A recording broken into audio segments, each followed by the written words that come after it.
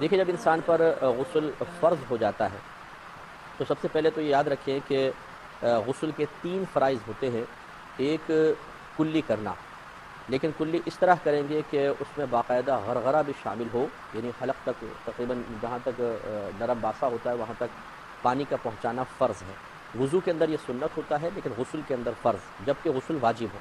ایک تو ہوتا ہے ہم ٹھنڈک کے لیے غسل کر رہے ہیں یا جمعے کے لیے عیدین کے لیے غسل کر رہے ہیں، اس میں تو سنت ہی رہے گا، لیکن جب غسل فرض ہو جاتا ہے، ہم پر غسل واجب ہو جاتا ہے، تو پھر اس غسل کو جو حالت جنابت طاری ہوتی ہے اس کو اتارنے کے لیے 3 فرائض پورے کرنا بہت ضروری ہے، جن میں سے پہلا ہے کلی کرنا، اور کلی کے اندر غرغرہ شامل ہوگا۔ دوسرا ہوتا ہے ناک میں پانی چڑھانا۔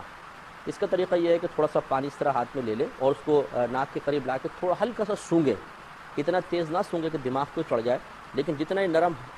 ناک کی ہڈی ہوتی ہے، یعنی جہاں نرم حصہ پھر سخت ہڈی شروع ہو جاتی ہے، اس نرم حصے تک تقریباً سونگ کے اس کو اوپر چڑھانا ہوگا، کیونکہ نبی کریم صلی اللہ علیہ وسلم نے اس کے لیے استنشاق کا لفظ استعمال فرمایا ہے، اور استنشاق کا مطلب ہی یہ ہوتا ہے کہ کسی چیز کو سانس کے ذریعے یا سونگ کر اوپر کی طرف چڑھانا، تو اس لیے استنشاق ضروری ہوگا۔ تو ناک میں پانی چڑھانا یعنی یہ یہاں نرم ہڈی تک، یہ دوسرا فرض ہوتا ہے۔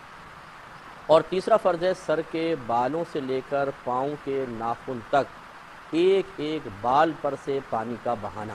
یہ ضروری ہے۔ تو غسل کے اندر پورے بدن کو دھونا فرض ہوتا ہے، اور وضو کے باب میں وضو کا جب ہم معاملہ ذکر کر رہے تھے اس میں اچھی طرح وضاحت کر چکا ہوں کہ ہماری شریعت دھونے اور مسح کرنے کے مفہوم کو علیحدہ علیحدہ پیش کرتی ہے۔ دھونا تو مسح کے قائم مقام ہو سکتا ہے، لیکن جہاں دھونا ہو وہاں پہ اگر مسح کر لیا تو کام نہیں دے گا، لہٰذا غسل نہیں اترے گا۔ تو اس لیے بعض مقامات ایسے ہوتے ہیں جن میں اگر احتیاط نہ کی جائے تو اس میں صرف مسح ہوتا ہے، اس میں مطلب پانی وہاں تک پہنچتا نہیں ہے، اور چونکہ اکثر ہمارے بھائی بہن ناواقف ہوتے ہیں مسائل سے، تو وہ پانی بہانے کے باوجود بظاہر جسم گیلا کرنے کے باوجود باتھ روم سے ناپاک ہی باہر آتے ہیں، اور اس کے بعد آپ کو پتہ ہے کہ پھر نمازوں کا پرابلم ہوگا، نمازی بھی انسان اس کی نمازیں قبول نہیں ہوں گی، نمازیں ادا ہی نہیں ہوں گی، اور اسی طرح گھر میں جو حالت جنابت میں رحمت کے فرشتے نہیں آتے ہیں تو وہ بھی ایک معاملہ رہے گا کہ اللہ کے رحمت کے فرشتے نہیں آئیں گے، تو بے برکتی گھر میں پیدا ہوتی ہے۔ یہ جو ہمارے بھائی بہن کہتے ہیں کہ جی پہلے تو گھر میں بہت برکت سی نظر آتی تھی، اب بہت زیادہ بے برکتی ہے، اس کے بہت سارے اسباب ہوتے ہیں، جن میں سے ایک سبب یہ بھی ہو سکتا ہے کہ ہمیں صحیح طریقے سے غسل کرنا نہیں آتا۔ ہم واش روم باتھ روم میں جاتے ہیں غسل کرنے کے لیے حالت جنابت میں، پورا غسل نہیں ہوتا، باہر حالت جنابت میں آ جاتے ہیں، جنبی ہی واپس آتے ہیں، تو اللہ کی رحمت کے فرشتے نہیں آتے، تو پھر گھر میں بے برکتی کا دور دورہ نظر آتا ہے۔